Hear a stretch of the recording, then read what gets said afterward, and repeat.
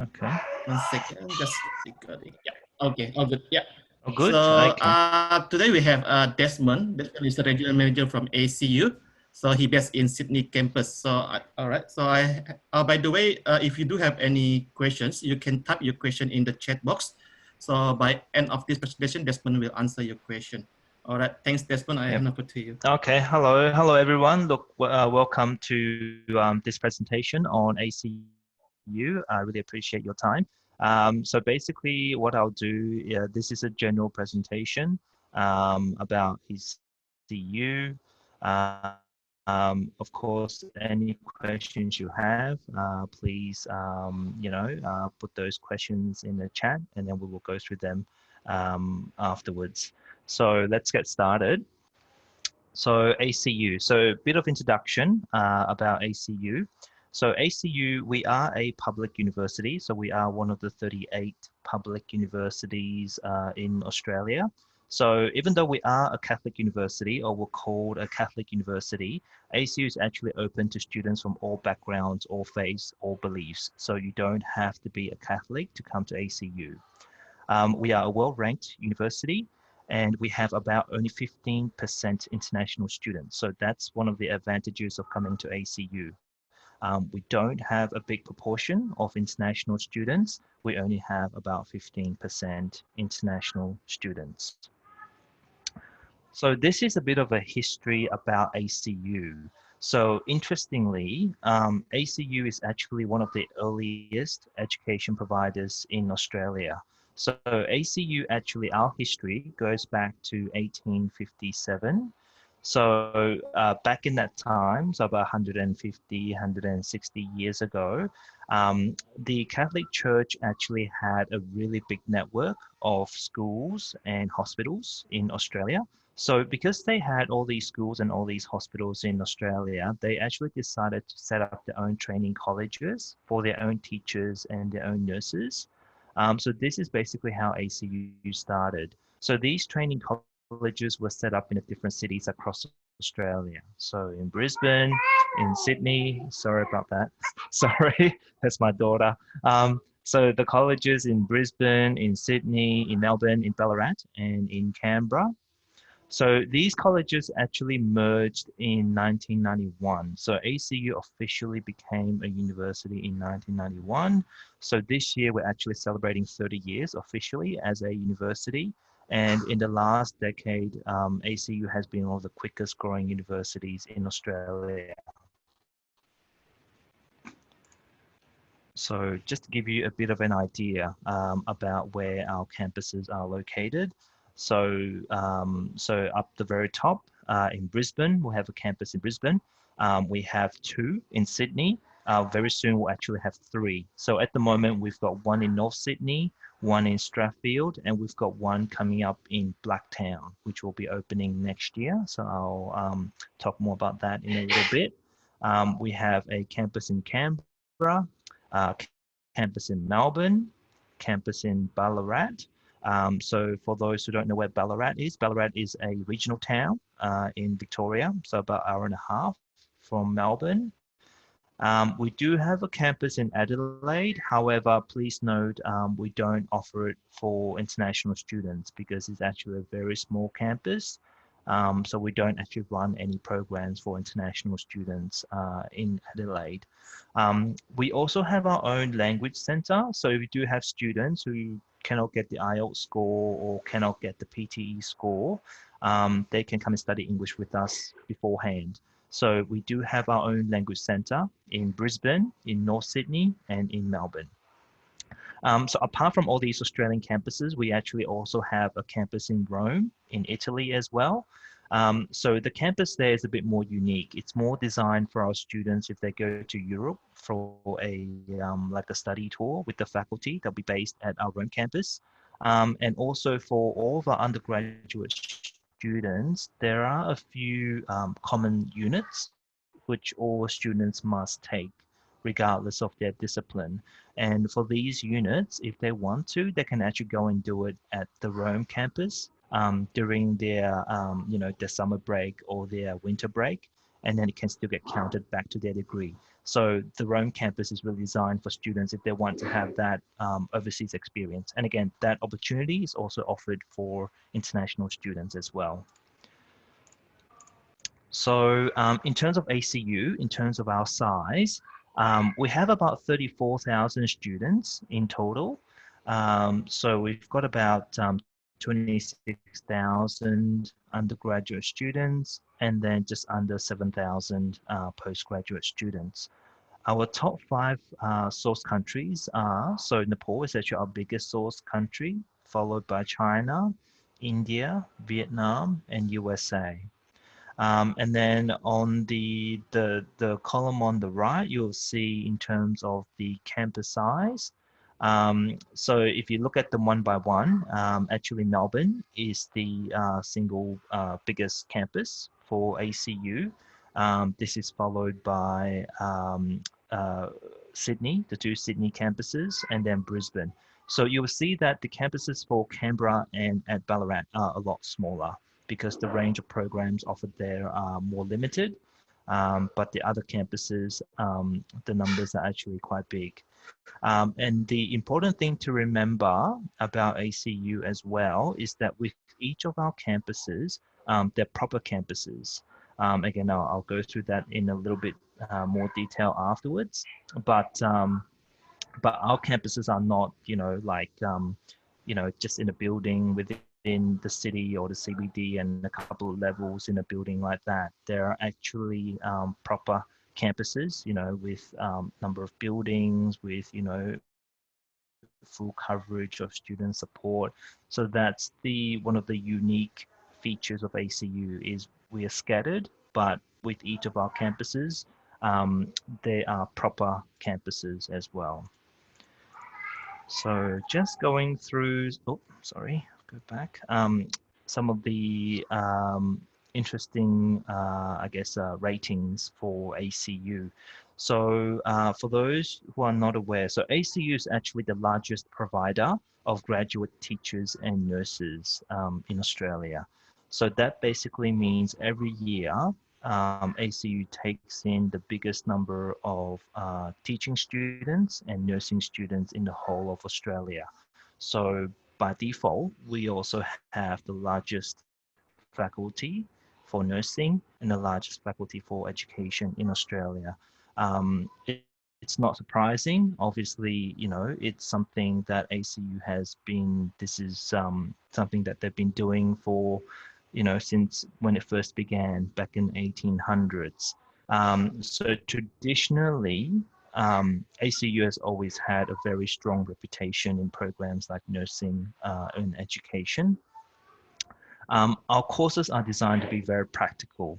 So we do have a very high graduate employer satisfaction. So employers find that our students, they work really well in terms of how they apply their knowledge and in terms of the practical skills that they've gained from studying at ACU. And another important thing to note as well is that we do have 89% international student satisfaction for our program content.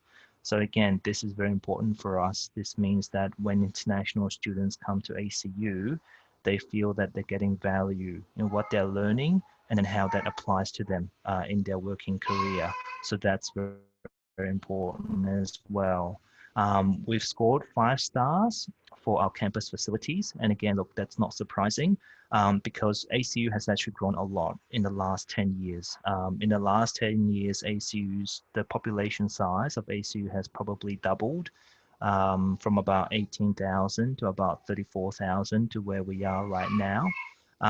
Because of this massive growth, ACU has had to grow as well in terms of its physical, facilities, buildings, constant renovations. So that's the benefit of the students. So when they come to ACU, they have access to all these wonderful new facilities. In terms of the rankings, so ACU is ranked in the top 2% of universities around the world. Within the Asia Pacific region, we're ranked in the top 80 in the world. We do have three subject areas that are ranked in the top 100. So the highest ranked is sports science. We're ranked number 26 in the world for sports science. Nursing is number 32 in the world, and education is in the top 75 in the world. In the areas of research, so you can see there in the number of fields, we are ranked first or equal first in Australia. So again, a lot of these do focus on the health sciences area. As like I said, there is traditionally our strength area. So the next couple of slides will be just running through the campuses and what's featured. So to start it off is North Sydney. So for all those who are familiar with Sydney, North Sydney is a very convenient location, just about 5 kilometers from the CBD. And a 5-minute train ride from the CBD as well. So with the North Sydney campus, it's mainly for students who are studying programs like nursing, business, IT, nutrition science. These sorts of courses are offered in the North Sydney campus. Strathfield campus is a little bit further out from the city, so about 15 kilometers away. But having said that, for those who know Sydney, Strathfield is a very convenient area or suburb in Sydney. Lots of Asian restaurants, Asian groceries, lots of Koreans there. So, and again, it's a big campus. For the Strathfield campus, it's really for students who are studying courses like education, visual arts, exercise science or sports science, psychology. These students will be based at the Strathfield campus. Like I mentioned before, so the new campus that we will be launching next year in Sydney is a campus in Blacktown. So this will take a few years to develop, but it will definitely start next year.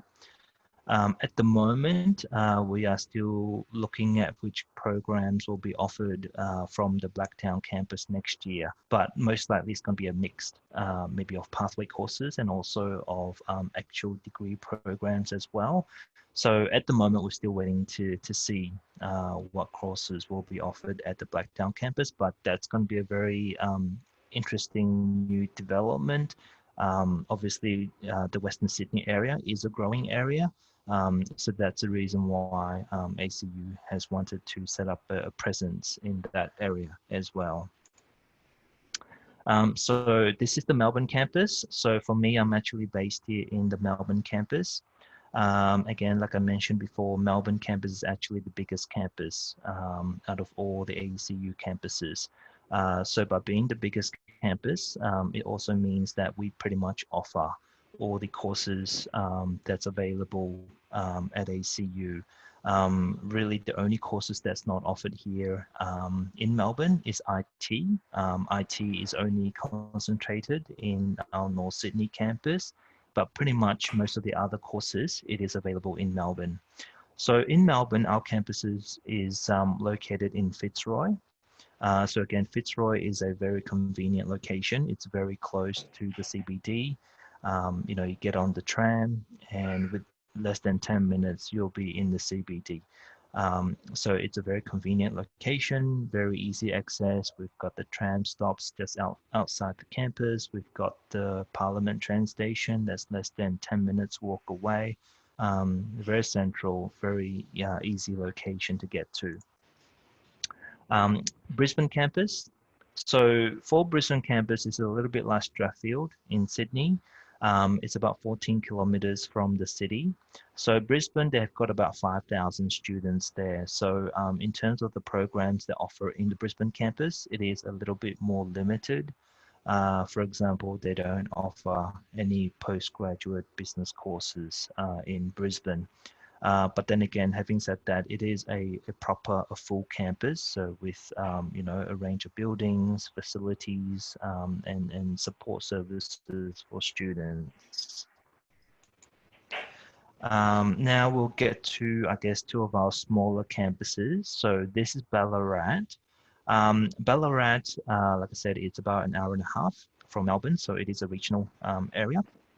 In Ballarat, it's mainly offering programs such as nursing, education, and physiotherapy. So that's pretty much it. No postgraduate programs in the Ballarat campus, only undergraduate and only these three programs. So that's why they've only got about 1,000 students out there. But look, having said that, Ballarat is a really nice regional town. Um, it's very easy to get around because it's a regional town. It's very small, but again, it's also a very comfortable town to live in and to study as well. So it is actually a very nice environment for students. Canberra, Canberra again is a smaller campus because all they really offer in Canberra is nursing, education, and social work. So mainly these three areas. So they also only have about 1,000 students in the Canberra campus. So with us, we do have about 200 overseas partner universities around the world. So even for our international students, if they want to spend, 1 semesters or 2 semesters overseas on exchange or study abroad, they can do that. Or if they want to go for something a bit more short term, like I said before, doing one of their units at the Rome campus, they can do that as well. So we do have a big range of overseas partners that the students can consider. So what courses do we offer here at ACU? So on this slide here, you would see pretty much the specializations that we have.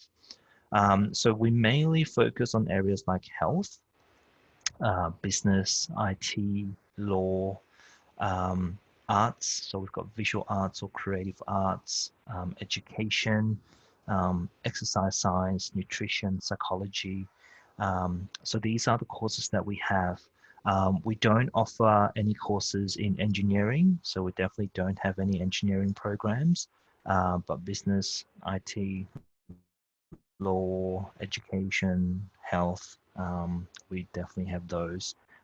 We also have our own language center, as I mentioned, and we also have some pathway courses that we'll talk about later in the slides. So just to break it down for you a little bit more about each of the areas, I'm just going to run through them. So listed under allied health, we have a few specializations, so occupational therapy, physiotherapy, and speech pathology. So these ones, we only have them at a undergraduate level. They're all bachelor degree level programs. And for these, there are 4-year bachelor degree programs. When it comes to arts, so we've got a general arts degree. We have creative arts, visual arts and design, international development and global studies, and youth work. If students are interested in business and IT, so a few areas that we specialize in are accounting and finance, business administration, commerce, and IT. If you've got students interested in education, we do have a wide range of levels. So starting from early childhood education, birth to 5, or students can also combine early childhood and primary teaching. So that's basically to work with students from birth up until 12 years old, primary teaching and secondary teaching. And also with all these programs, they are recognized. So when the students graduate, they can use it to go and apply for their teacher registration in the different states in Australia. Exercise science, there's quite a few. So exercise science and sports science, physical health science, high performance sports, and sports and outdoor education. So nursing, we have our Bachelor of Nursing.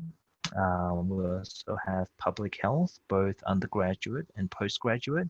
And we do have the health administration and leadership program as well. That's at a postgraduate level.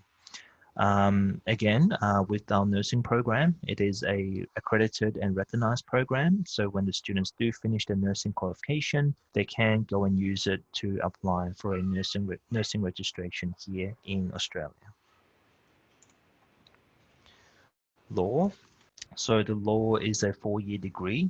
Otherwise, if a student already have a previous qualification, we also have a graduate entry law program, which is 3 years in duration.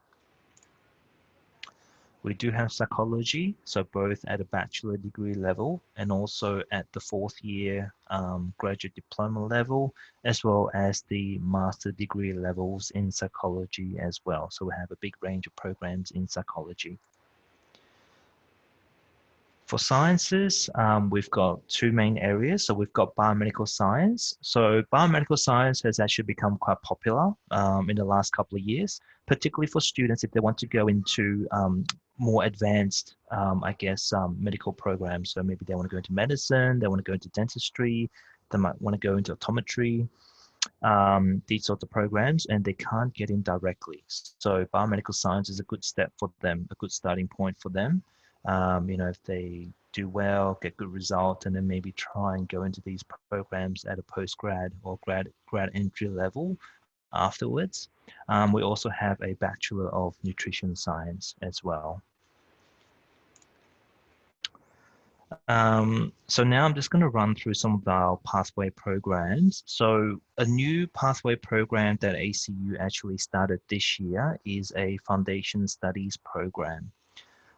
So foundation studies is basically for students, obviously, if they don't meet the academic requirements to go into our pathway, our diploma programs, or they are not able to go directly into our bachelor degree program because the academic scores are a little bit lower, or maybe they've just only finished grade 11. Foundation studies is one possible option. So when students do study our foundation program, it is linked into all of our bachelor degree programs. So of course, when the students study foundation, depending on which bachelor degree program they're going into, they have to make sure that they meet certain GPA score when they finish their foundation study. They must get a certain score for the English subject, and also they must meet any other requirements that might be required for the bachelor degree. So as long as they meet these requirements, then they can go into the bachelor degree afterwards. So the foundation studies is about 35 weeks in total. So it's divided into 3 terms. Each terms are 10 weeks in duration. And actually, with foundation studies, so the first intake we had this year started in March, so just last month in Melbourne. So at the moment this year, it's only offered in our ACU Melbourne campus. But actually, just recently, there's confirmed that we will have a September intake for foundation studies in Melbourne as well. So if you might have any students who are interested, they could possibly go for the September intake. And look, hopefully by then in September, the borders here in Australia will be open. Fingers crossed. So let's see. If the students are considering for next year, so next year, again, there's definitely going to be 2 intakes. So the first one will be in March and another one in September. But in next year, they'll be opening the foundation studies in North Sydney as well. So the students can choose. They can choose to study foundations in Melbourne or in North Sydney campus. So they do have that option as well. So the level above foundation studies is we have diploma studies as well. So we have a range here. So you will see on the right-hand column there. So we've got Diploma in Business Information System that can go into our Bachelor of IT program, Diploma in Commerce that goes into our business courses, Diploma in Educational Studies that can go into our education programs, Diploma in Liberal Arts to go into our arts degree, Diploma in Visual Arts and Design to go into our Visual Arts degree, and Youth Work to go into our Youth Work degree. So the difference with the diploma program is that if they start from diploma, they will get credit for this 1 year of study in the diploma program. So basically when they finish their diploma program and then they go into the bachelor degree, they'll be going into the 2nd year of the bachelor degree program. Now, in terms of the entry requirements for the diploma programs, generally they're a little bit lower compared to the bachelor degree.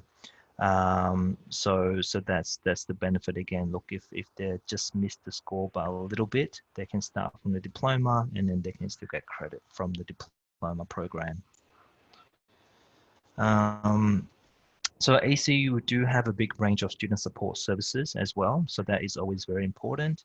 Obviously, we want to make sure that the students are, they're mentally and physically, they're healthy, they're happy, so that they can be successful in their studies. So we've got a big range of support, all the way from international student advisors. So in each of our campuses, international students have access to international student advisors. So basically the first point of contact, if they have any kind of issue, doesn't matter how big or small the issue can be, we always tell our students to come to international office and talk to our international student advisors.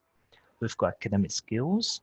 So students, who might need some help, when they have an essay, they might need some assistance to go through and help with the referencing, or maybe just to have a look and see how they're doing. They can book appointments and meet with our academic skills advisors. We've got careers development. So, students, if they want to prepare and need assistance in preparing and getting work, so, they can book a session, they can help the student to write up their resume, do some practice in terms of interview skills, or even give recommendations, whatever industry maybe the student want to try and get work in. They can also give the student some guidance and assistance as well.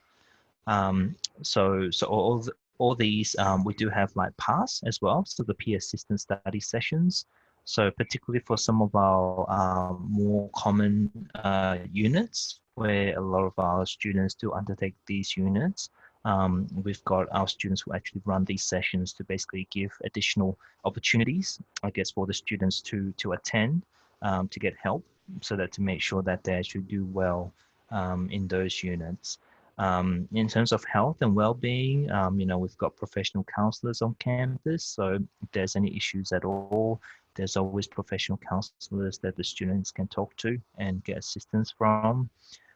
We do have disability services as well. So if students might have any kind of disability, we've got the disability officers on campus to help the student, to help them to settle in and to make sure that they have all the needs required, so that they're able to continue and do their study as normal as possible. We do have a wide range of student associations, student clubs, student sporting teams on campus. So there's all these support services for the students. We do have student legal service as well. So if they need assistance, they can come to those as well. They can get some assistance there. We do also have medical clinics on our campuses. So if students are feeling unwell, we've got doctors on the campus. And we also do have things like campus ministry. So sometimes for some students, if they're, it's their first time, obviously studying overseas, they don't have family, they don't have friends, they just need some connection. So we've got campus ministry. It's a good place for the students just to hang out, get to know some of the people, some of the staff there. They've got like food cabinets, so students, even if they, are struggling to get by or anything like that, there's always food there, free food that they can go and get from there as well. So they've got like a food bank, a food shelf there that's available for students. So we try and do as many things as we can to make sure that the students settle in, and all these support services. We just want to make sure that the students do well, they're happy. That's what's most important. In terms of scholarships, we mainly got 2 scholarships. This is the first one. So this is the biggest scholarship that we have for international students. So this is the International Student Scholarship.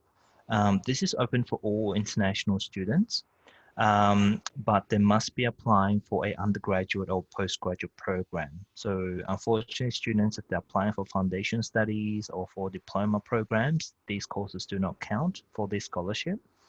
The International Student Scholarship is merit-based. So basically, if the student gets it, it will help to cover up to 50% of the student's tuition fee for the duration of the course as well. So there's only 20 places every year for international students, so it will be very competitive. So basically what the students will have to be able to show is they must meet two requirements in order to be able to apply. So they do have to apply for this scholarship. It's not automatic. So based on their previous study, if they have a GPA of at least 80% or more, and also if they're applying for a bachelor degree, so an undergraduate degree, the GPA that they have cannot be more than 2 years old. So basically, it starts from the time that they will commence their course at ACU. If you go back 2 years, so they must have achieved that GPA within the last 2 years of when they're going to start the course at ACU. So if they have the GPA and it's still within that 2-year time limit, then they can definitely go and try and apply for this scholarship if they're applying for an undergraduate degree.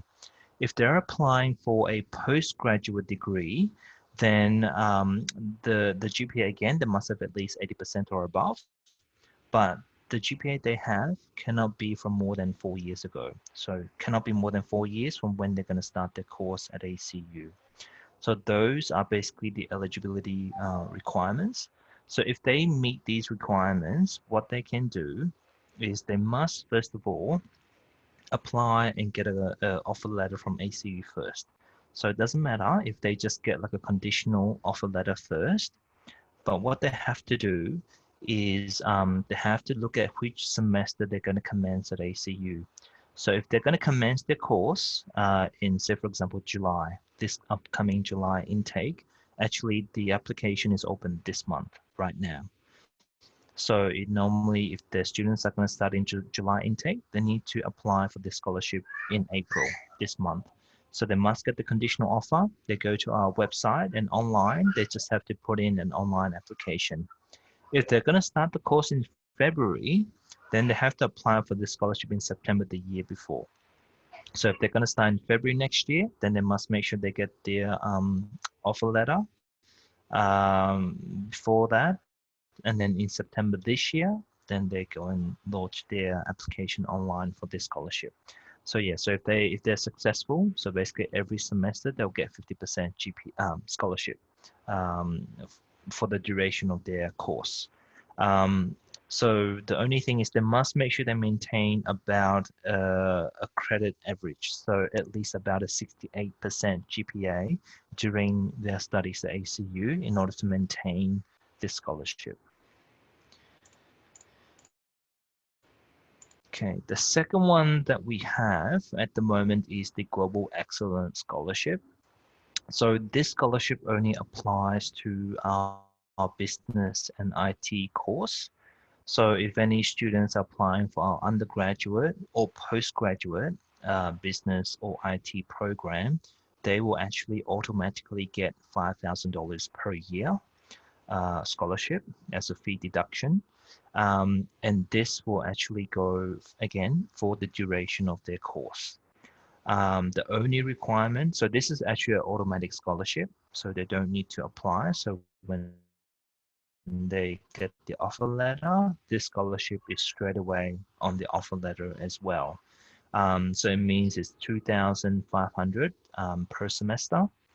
So the only thing they need to do to maintain the scholarship is they just have to make sure they at least pass all their units every semester. So just need to pass. Then they'll keep getting it until they finish their course. So at the moment, this is definitely still continuing for this July intake. I believe it will be extended for next year, 2021, but I'm still waiting for confirmation on that. But if you do have any students looking at starting at July this year, they'll definitely be eligible for this $5,000 per year if they're wanting to apply for business or IT program. Now, if you do have any students applying for business or IT program and they do have really good GPA and they actually meet the eligibility requirements for the international student scholarship, the 50% scholarship, they can still try and apply for the 50% scholarship as well. So if they get selected for the 50% scholarship, they won't get this 5,000 per year scholarship. But if they don't get the 50% scholarship, they will still definitely be eligible. They'll still get the $5,000 per year scholarship. So these are the two scholarships that we have at the moment. In terms of accommodation at ACU, so we only have our own ACU own accommodation in Sydney. So in Sydney, it's located actually in Camperdown. So it's actually located kind of in between our North Sydney and Strathfield campus. So the prices do start at about 345 per week. So look, as you know, in Australia, unfortunately, student accommodation costs are a bit higher. But again, look, it's a little bit cheaper as well compared to maybe if the students go and stay somewhere else in some of the other student provider accommodation places. So in Sydney, we do have our own student accommodation in Camperdown. In Melbourne and Brisbane, we work with Igloo. So I'm sure a lot of you would be familiar with Igloo. So by partnering with Igloo, we've managed to get a reduced rate for the students if they're interested. So in Melbourne and in Brisbane, we work with Igloo. In Canberra, we actually have our own managed student residences. So starting from about 250 per week. And the same in Ballarat. We do have our own campus residences that we have there for our students.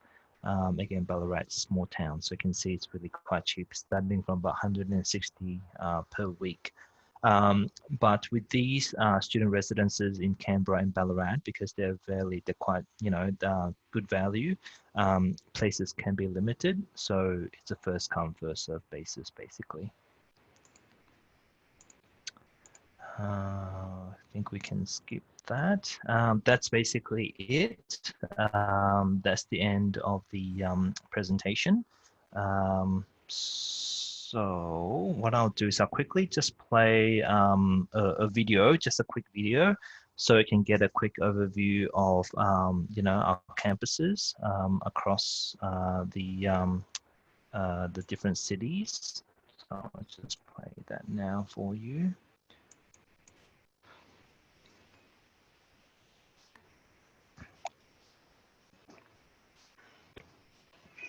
There's no sounds, Desmond. Is that meant to be like that? Oh, there's no sound. Yeah. Okay. Wonder what can I do to oops. Hold on. Sorry, pressed the wrong button. Sorry. Because it's not on mute. Let's see. Send the system about that. Is that better? Any sound? No, still no sound in here. Still no sound? Yeah. Okay. Well, maybe I'll just play it and then I'll put the link up in the chat, and then Sure. Anyone if you want to have a pass it on or anything like that, you still have that. Yep. Sure.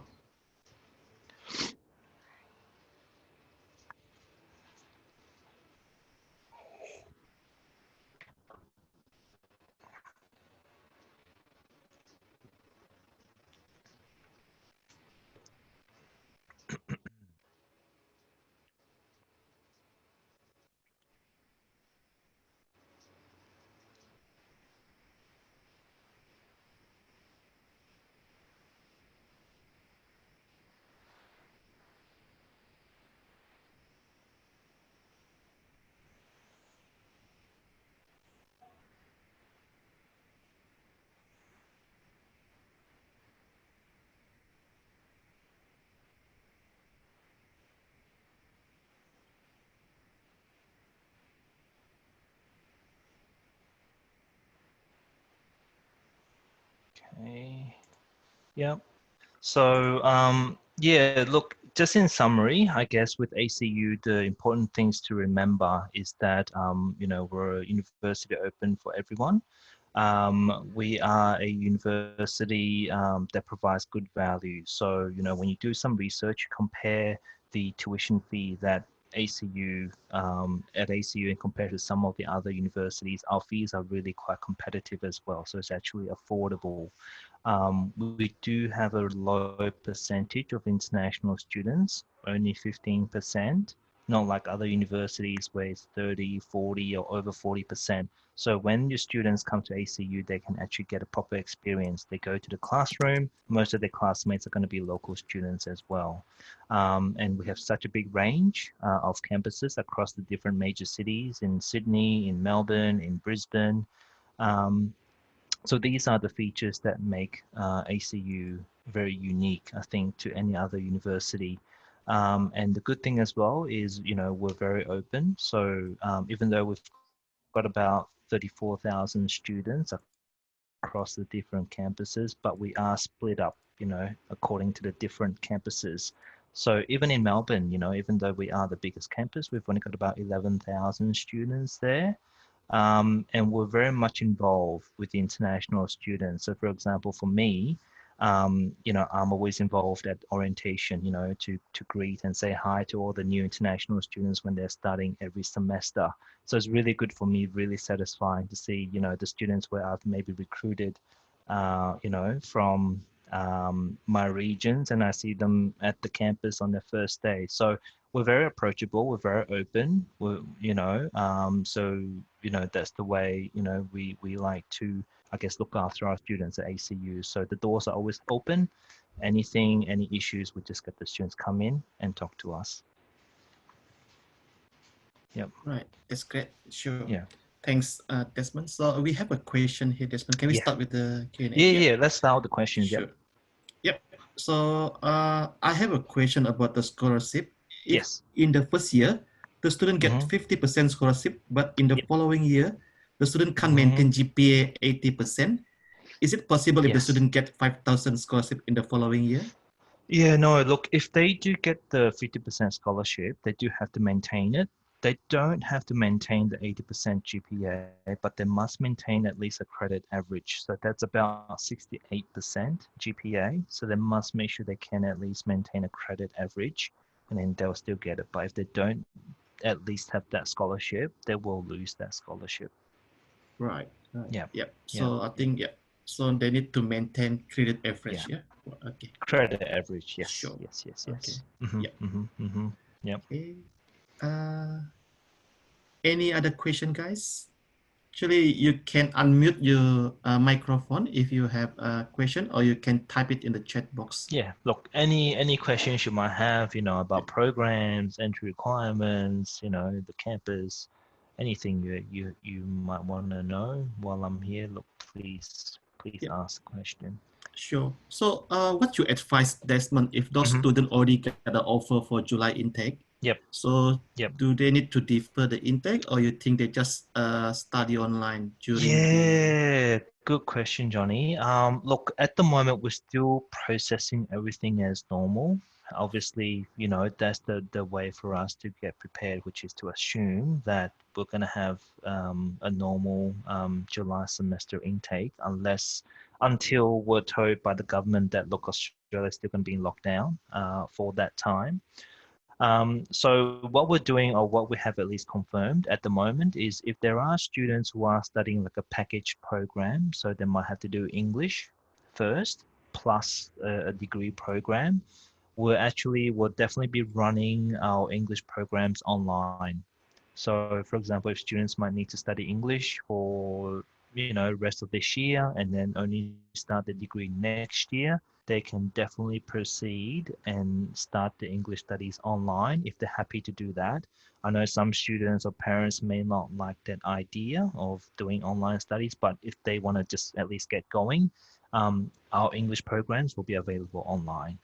At the moment, we're looking at, obviously for those who are coming directly into the degree program for July, we're trying to work with the faculties to see if, students can start by doing some units online.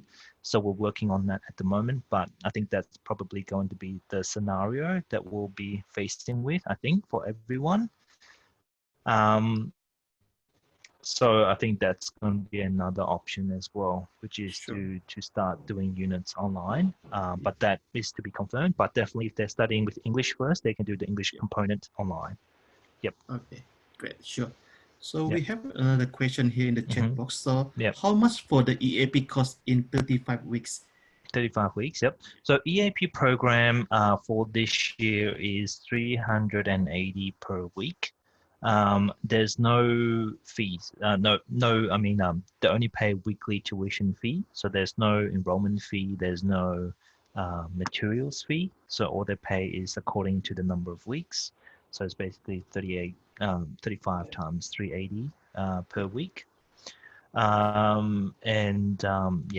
so that's the cost, yeah. Sure, sure. So I have a question, Desmond. As you might aware that I think there's no more national exam in Indonesia. Yeah. So for those students who actually completed year 12, so what sort of evidence to meet the entry requirement apart from the I know. That's it's gonna be interesting. I think, look, at the moment all the universities are trying to see, I guess, what everyone's going to be asking for from Indonesian students, and that's going to be feedback that, if you hear anything from any other institutions or any other universities, please keep me updated, because that's obviously another issue that will need to be discussed, will need to be worked out from our admissions perspective, how we're going to do that. So yeah, look, if you have heard anything, or if any university you've heard have come up and say, all right, this is what we're going to accept, please let me know. Please keep me posted. I think, once some universities start coming out, if they all are asking for something quite similar, I think, that's what everyone will be going with. But I suppose the worst case scenario is, if the universities decide to maintain, the usual entry requirement, is then the worst case scenario is maybe the students might have to start from, I don't know, foundation studies or something first, rather than being able to go directly into the bachelor degree. Right. Sure. Yeah. Have you heard?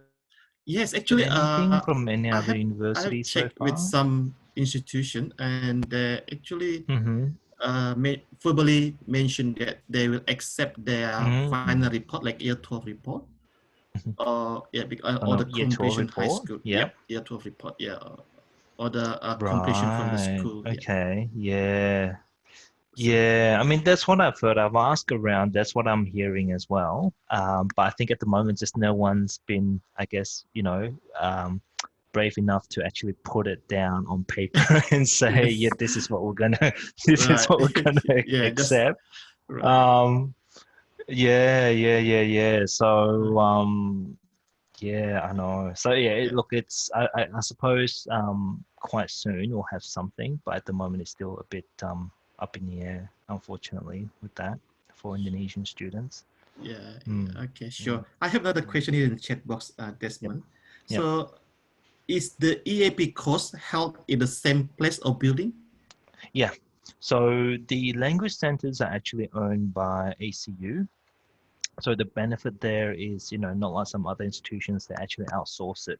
So with our language center, it's owned and operated by ACU itself. So, in Brisbane, it's located in the Brisbane campus. In Sydney, it's in the North Sydney campus. In Melbourne, it's in our Melbourne campus. So it's actually on the campus. So the good thing is, yeah, if the students come and study that program, they can start to get used to the campus, start getting used to traveling to the campus, getting used to the environment. So yeah, it's on the same campus. Right. Okay. Great. Yep. So all the campuses have their ELICO center there. So only Brisbane. So the main campuses. So obviously Brisbane, North Sydney, and Melbourne. Yeah. And then, they can even, do, say for example, they want to eventually study in the Canberra campus. They can, do their English in North Sydney campus first, and then go to Canberra for their degree program, or any other campus for their degree program afterwards. Right. Yep. Sure. Yep. Okay. Yep. Got it. Yeah. Sure. Any other question, guys? Any program specific questions, or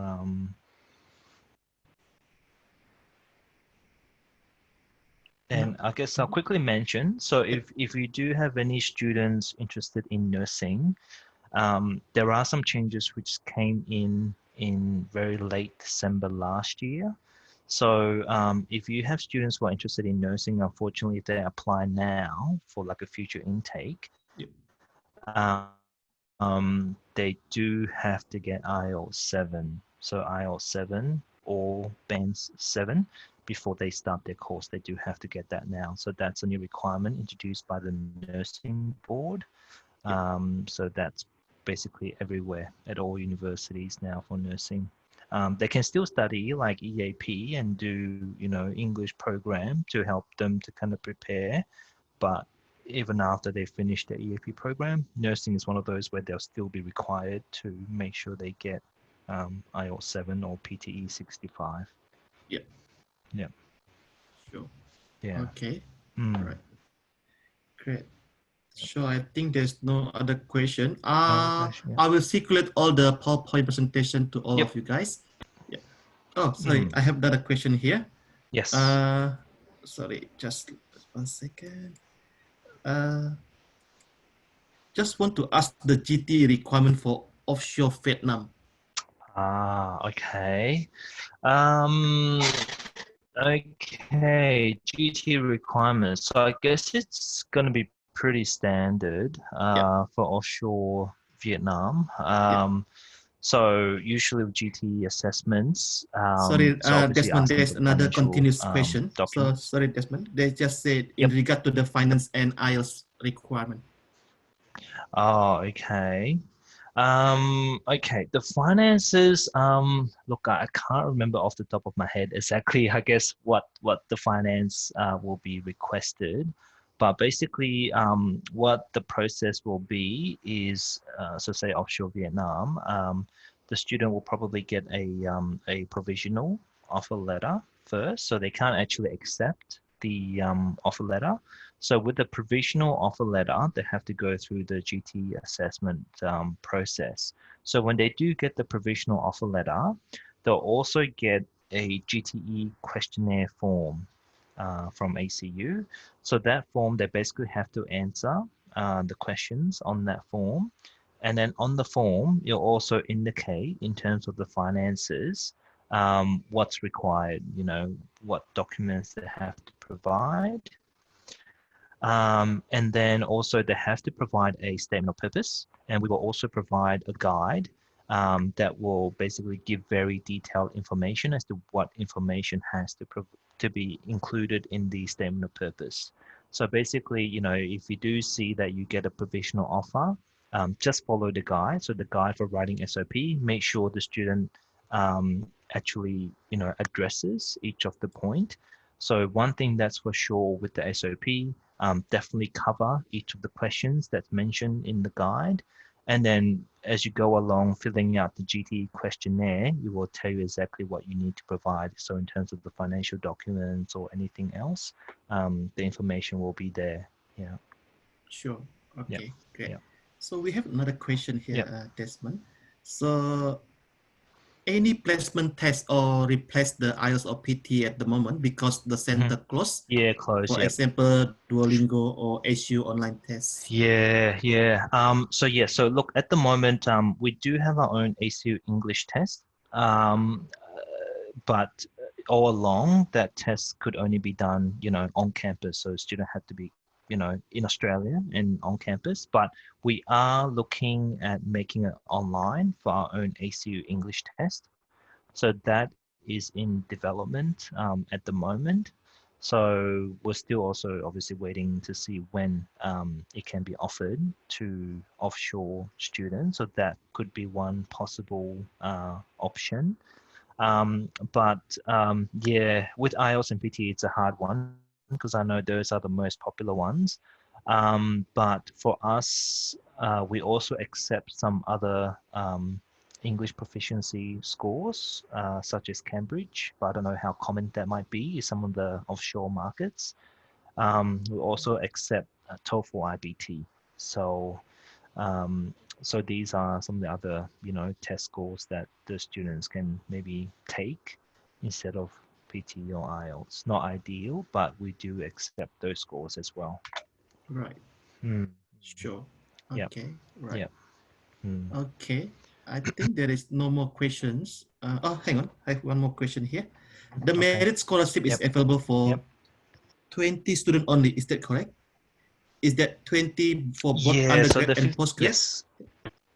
Yeah. So the 50% scholarship is only available for 20 students every year, and that does include both undergrad and postgrad. So look, it will be competitive. So ideally speaking, if a student, if they have a higher GPA, then of course they have a better chance. So, maybe a student with a GPA somewhere in the 90 something percent, they'll have a much better chance. But if someone who's only, somewhere in the 80 to 85% range, then might be a bit more difficult, a bit more challenging. But I mean, look, if the student meets the requirement, there's no harm in trying anyway, just put the application in and see how it goes. Yeah. Okay. All Yeah. right. So, right. Any other questions?